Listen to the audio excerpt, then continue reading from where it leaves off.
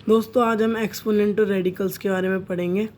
तो हम सबसे पहले पढ़ेंगे एक्सपोनेंशियल फॉर्म क्या होती है। जैसे कि आपका यहाँ पे लिख रखा है 3 की पावर 5, तो ये जो 5 है तो ये क्या है, एक्सपोनेंट। एक्सपोनेंट और पावर जो है सेम चीज़ होती है। एक्सपोनेंट का मतलब होता है पावर, और ये जो 3 है ये आपका क्या है, बेस है।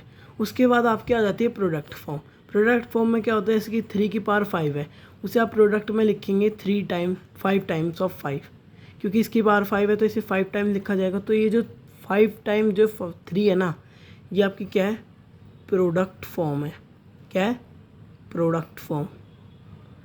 उसके बाद रेडिकल फॉर्म। रेडिकल फॉर्म क्या होता है, जैसे कि आप किसी भी चीज़ को अंडर रूट में लिखते हैं। जैसे कि अंडर रूट फॉर 5 है 3 आपका, ये अंडर रूट 5 में लिखा हुआ है। तो अगर आप इसकी वो एक्सपोनेंशियल फॉर्म लिखेंगे तो क्या लिखेंगे, 3 की पावर 1/5। तो ये जो आपकी एक्सपोनेंशियल फॉर्म होती है, ऐसे फॉर्म। और अगर आप ऐसे लिखते हैं तो ये क्या होती है, आपकी रेडिकल फॉर्म होती है। उसके बाद कुछ लॉज आ जाते हैं इनमें, जैसे कि अगर जो ए को एक नंबर मान लो, उसकी पावर क्या है, m, और अगर हम उसे मल्टीप्लाई करेंगे सेम नंबर ए से और उसकी पावर क्या है, n, तो आपका क्या हो जाएगा, जो ए है उसकी पावर को प्लस हो जाएगी। ये दोनों जो पावर हैं वो एक दूसरे से प्लस हो जाएंगे।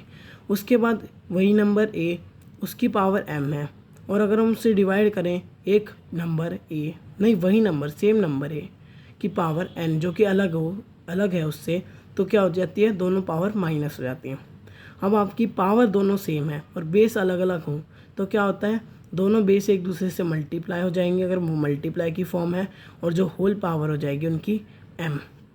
उसके बाद अगर a की पावर m है और उसकी भी पावर n है, तो दोनों पावर एक दूसरे से मल्टीप्लाई हो जाती है। उसके बाद आपके पास कोई भी नंबर है जिसकी पावर 0 है, तो उसका मतलब होता है 1, उसकी वैल्यू क्या होगी, 1। और आपके पास एक नंबर है जिसकी पावर माइनस में है, तो आप उसे ऐसे लिखेंगे 1/a की पावर m। और अगर आपके पास कोई नंबर प्लस की पावर में है, तो आप उसे अगर आप रेसिप्रोकल करेंगे उसका, तो उसकी पावर माइनस में हो जाएगी। उसके बाद अगर आप किसी भी, आपका ये रेडिकल फॉर्म में आपने किसी भी नंबर को लिखा है और उसकी यहाँ पे जो पावर है ये आपने n मानी है, तो अगर आप उसके एक्सपोनेंशियल फॉर्म बनाएंगे तो आप क्या बनेंगे, 1/n। तो आप इसका पहले आप स्क्रीनशॉट ले लीजिए, अगर आपको चाहिए तो स्क्रीनशॉट ले सकते हैं। Thank you guys for watching the video, and I